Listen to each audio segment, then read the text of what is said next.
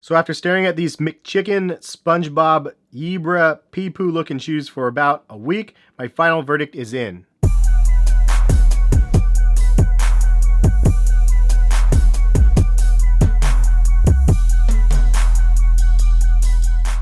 What is going on, guys? Hess here from CollectiveKicks.com, and I wanted to bring you guys a detailed look and a pro and con list of this shoe that you see in front of you, whatever you end up calling them. I reached out to you guys via Twitter and asked you guys to name one thing that you guys liked and one thing that you hated about these shoes, and I got a lot of good answers and some funny answers as well, and I'll put some of those on the screen at this time. Let's go ahead and get into the pros and cons. So starting off with the pros, this shoe is definitely the most limited Yeezy to date. There was only 1,650 pairs that dropped on Adidas US versus the 90,000 pairs of Beluga 2s that dropped the following week. So the fact that these ones were so incredibly limited definitely draws a lot more wow factor to the shoe. These ones are going to be definitely a lot more difficult to get your hands on. The resale is not too crazy of a price, but the fact that the stock numbers are so low, it gives people less of an opportunity to see people actually rocking these in person, because most of the people that buy them might end up flipping them.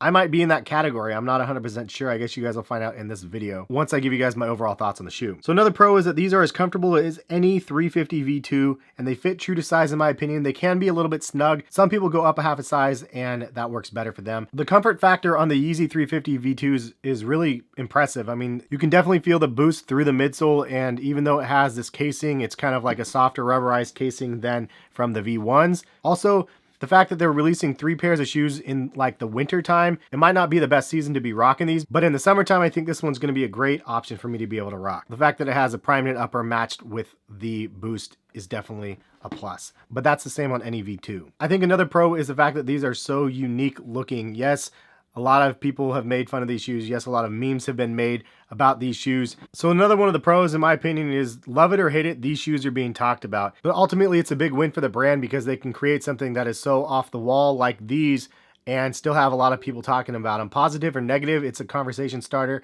and it's a discussion point amongst sneakerheads across the board. So if we had to list it, I would say that the resale is a pro because roughly market price is around $600 to $700, but I have seen some sites sell them up to $1,500. So who knows if the price is going to go up or down on these, but the fact that you can get your money back and then some for these or use them as trade bait for something else you may have wanted on the market, you have the option to do so because the value of the shoe is rated pretty high. The colorway of these are very polarizing one way or the other. I think that because of the gum sole, it definitely ruined it for a lot of people. Ultimately, you don't see too much of the sole when you're walking around. There's mostly just the Volt color upper, so it's not a bad deal if you ask me. It is definitely an identifiable shoe and it's definitely a conversation piece, which does add some entertainment value to these sneakers. So moving on to the cons, there are quite a few that I want to mention before I get into my final verdict. I mentioned this as a pro, but it is something you can also consider a con, which is that the color is extremely polarizing.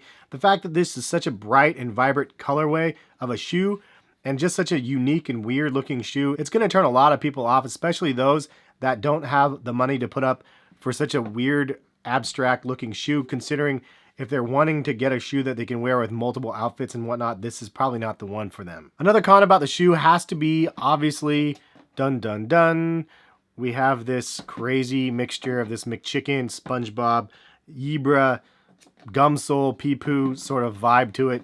And a lot of people mention the notch on the back as part of the main factors. If it would have been gum sole all the way around, but it didn't have that little notch on the back, it's somewhat forgivable. But this might be the most terrifying shot for anybody that actually looks at a pair of Yeezys, to see that little weird brown streak in the back. Like it reminds me of a baby blowout. I don't know why they would have wanted to do that, but this is the way that the Yeezys are made, the way that they actually wrap, including the zebras. As you can see here, it has a like different hue for the bottoms, which includes that little notch section on the back of these as well. So kind of interesting that they ended up going this crazy route with the colorway of the gum sole. If it didn't have this, I think it would be much more attractive. The notch on the back of here might actually be worse than the notch on the iPhone X. If you guys actually want to see a pro and con video of my iPhone X after having this phone for a while now, leave a comment and I will consider doing so. So another con that we really can't miss is the fact that these replicas for these shoes have just gotten so good. For the most part, the replicas look spot on, except for this section right here is red,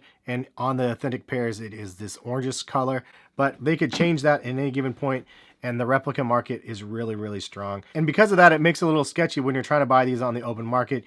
just not knowing what you're really going to be getting. I wish there was a better way for these brands to be able to combat the replica market. Some sort of an authentication process straight out of the factories is what I'm recommending, but I don't know how they would actually be able to execute it. Another con could be the potential that they could restock them like they did on the Zebra Yeezys. In all honesty though, it's not necessarily a bad thing. I really like this colorway and I have 2 pairs. Would not have any pairs if they didn't restock them, so happy that they actually did end up restocking, but it could be a con to those that considering the resale of the shoe. The Beluga 2.0 release is definitely a major release, and that colorway of the Beluga 2.0 is super solid. It's super nice in my opinion.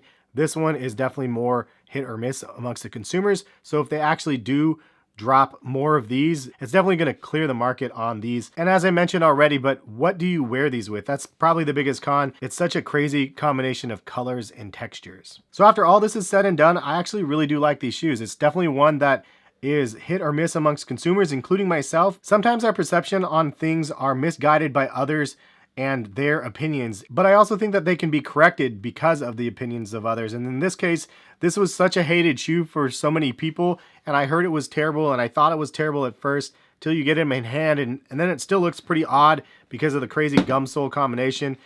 But then some part of me is just like, I like them. Like, they're different. The fact that they're different, and as a sneakerhead and somebody that doesn't want to have necessarily the same exact shoes as everybody else that's on the market, I like to be able to modify my shoes just a little bit, do a lace swap on one, color the boost on a different pair. Lots of small modifications to basically just make it a one of one for myself. This is just one of those shoes where it's like, not everybody's going to be down with it. Not everybody's going to rock it. And I already love the model. Just the colorway is just a little bit kind of crazy. But I do like crazy colorways on sneakers as well. I like loud shoes. Anyways, it's sort of like movies in a sense where you hear a movie comes out over the weekend and you hear from your friends that it's not that good of a movie. You look at reviews and they say it's terrible. And you watch the movie and you're like, the movie wasn't that bad. It was pretty surprising. I actually liked it. There was parts that I really thought were kind of weird, but for the most part, I really liked it. And that's the overall vibe that I get from these shoes right here. It's not one that everybody's going to be like, these are amazing, I can't wait to get another pair, or like, I can't wait to pay resale on them. It's just a pair of shoes that's just different. The thing that we all have to swallow and get past is that poop stain on the back. You're in big trouble though, pal. I eat pieces of shit like you for breakfast. You eat pieces of shit for breakfast?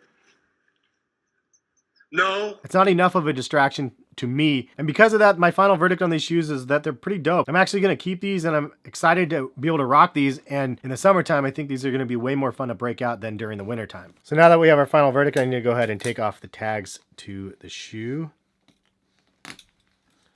And now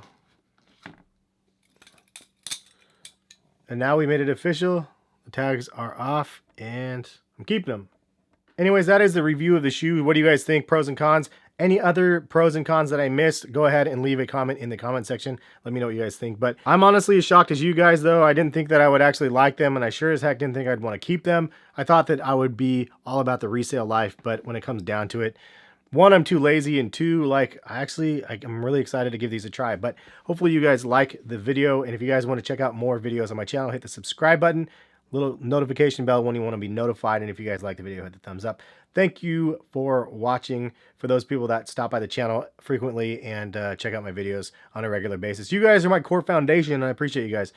So thumbs up to you guys. Appreciate you. We will catch you guys for some more sneaker videos soon. I will have a detailed look and review of the shoe that you see right down there, the Vapor Max, coming up next. So stay tuned for that video, and thank you guys again for the support. Peace, guys.